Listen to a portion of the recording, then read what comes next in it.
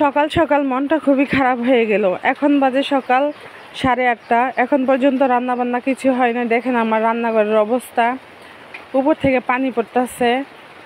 এই যে দেখেন চারিপাশ ভিজা। এই যে আমার খড়ি টড়ি সব ভিজে গেছে, পাতা খড়ি সব ভিজে গেছে।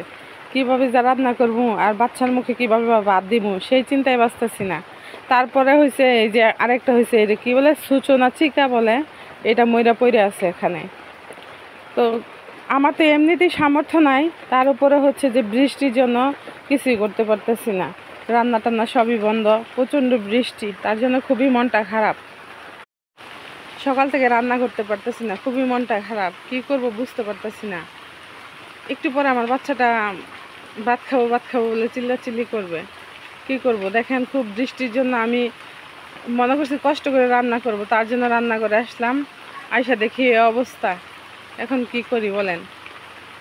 বা এই বৃষ্টির মধ্যে একটা ছাতাও নাই যে আমি দোকানে যাব, দোকানে যাই কিছু নিয়ে আসবো আমার ছেলের জন্য।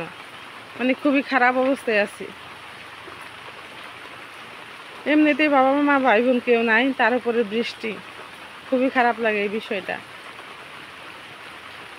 প্রচণ্ড বৃষ্টির কারণে আমার রান্নাঘর ভিজা টইটুম্বুর হয়ে আছে। বৃষ্টি পড়তেছে, কোনো শেষ নেই তার। বৃষ্টির কোনো শেষ নেই। দেখেন বৃষ্টির জন্য সব ভিজা গেছে।